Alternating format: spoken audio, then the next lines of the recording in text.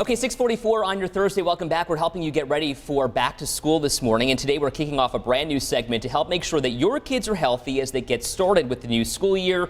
And we're asking the pediatricians some of the top questions that you have. So we want to welcome Dr. Steve Turkovich, the Chief Medical Officer from Oshai Children's Hospital. Thank you so much for being with us here this morning, Steve.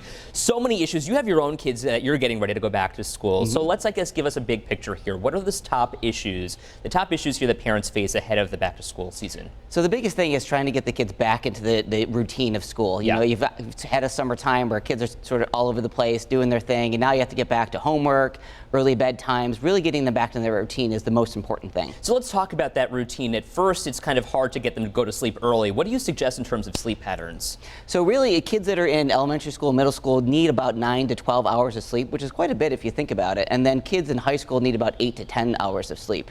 So you really want to get them back in that early bedtimes, and school start really early. So now is not a bad time to start getting them back in that pattern. So we're about 2 or 3 weeks away from the start of school. So you're saying that 2 or 3 weeks ahead of time is probably the best time to do that? Yeah, you want to slowly get them back into that, because really you want them to be ready to go on day one, really regular routine like they were in the end of the school year last year.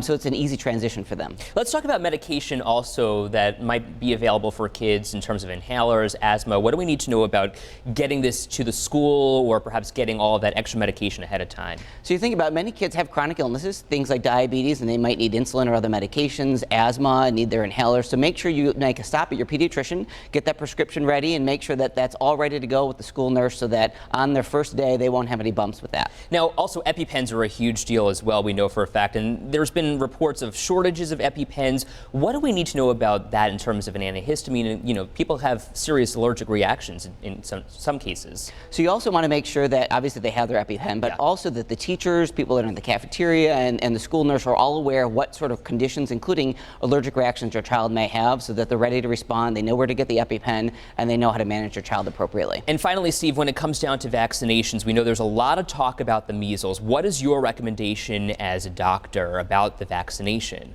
So clearly, the vaccinations are safe, they're effective, and they save lives. So you want to make sure that every child gets all their vaccinations, including the measles vaccine, according to the schedule. Okay, Dr. Steve Turkovich from Oshai Children's Hospital, thank you so much for being with us. We're going to talk to Steve every week at this time, so make sure that you're sending us your questions, because there are so many that you might have. And of course, we'll ask him those questions as soon as they come into our Facebook or Twitter.